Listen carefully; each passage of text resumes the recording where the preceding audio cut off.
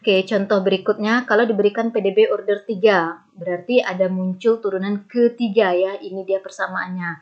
Nah, karena yang muncul turunan tertingginya adalah turunan ketiga, berarti butuh nilai awal terkait Y, terkait nilai Y aksen, dan terkait nilai Y2 aksen.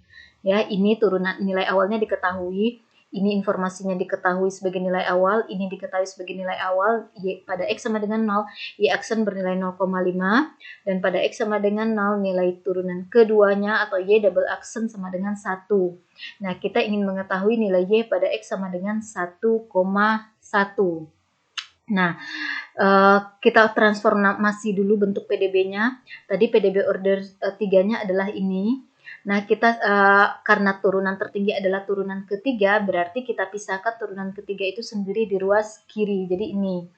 Nah, sedangkan yang kurang X di kiri pindah ke kanan jadi tambah X, tambah Y kuadrat di kiri pindah ke ruas kanan jadi kurang Y kuadrat, kurang Y aksen di ruas kiri pindah ke kanan sama dengan menjadi tambah Y aksen, tambah 3Y aksen di kiri sama dengan pindah ke kanannya sama dengan menjadi kurang 3Y double aksen.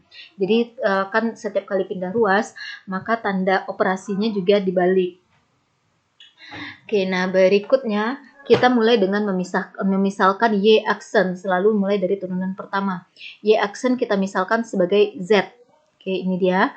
Kemudian turunkan persamaan ini terhadap variabel X. Turunan Y aksen adalah menjadi Y2 aksen. Turunan dari Z adalah Z aksen. Nah, karena di PDB kita ada turunan ketiga, maka kita harus menemukan turunkan lagi ini. Turunan dari Y2 aksen adalah Y3 aksen. Nah, karena kan ini diturunkan ya, jadi Y turunan ketiga. Turunan dari Z aksen adalah Z2 aksen. Nah, berhentilah di sini. Nah, dengan demikian kita punyain bahwa Y aksen sama dengan Z, Y2 aksen sama dengan Z aksen, Y3 aksen sama dengan Z2 aksen. Nah, dari persamaan ketiga ini kan masih ada turunan kedua dari variabel baru ya. Nah, supaya tidak ada turunan kedua dari variabel baru, atau maksudnya itu dimanipulasi, maka yang Z aksen ini kita nyatakan dengan suatu variabel baru, yaitu misalkan dengan T. Kemudian Z2 turunkan persamaan ini, turunan dari Z aksen adalah Z2 aksen, turunan dari T adalah T aksen. Sedemikian sehingga T aksen itu sama dengan Z aksen, Z2 aksen, dan T aksen itu otomatis sama dengan turunan Y3 aksen ya. Karena kan tadi Z2 aksen sama dengan Y3 aksen. Dengan demikian, T aksen sama dengan Y3 aksen, di mana Y3 aksennya itu adalah ini, atau turunan ketiganya sama dengan ini. Sehingga T aksen sama dengan ini. X kurang Y kuadrat ditambah Y aksen dikurang 3Y2 aksen. Dengan demikian, kita punya sistem PDB ini ada 3 persamaan, yaitu tadi yang pertama Y aksen sama dengan Z, kemudian Z aksen sama dengan T, dan T aksen sama dengan, jadi beruntun, Y aksen sama dengan Z, turunan dari Z itu adalah T, turunan dari T adalah ini, X kurang Y kuadrat tambah Y aksen dikurang 3Y2 aksen. Nah, di ruas kanan itu kan tidak boleh ada bentuk turunan sesuai dengan bentuk baku sistem PDB ya.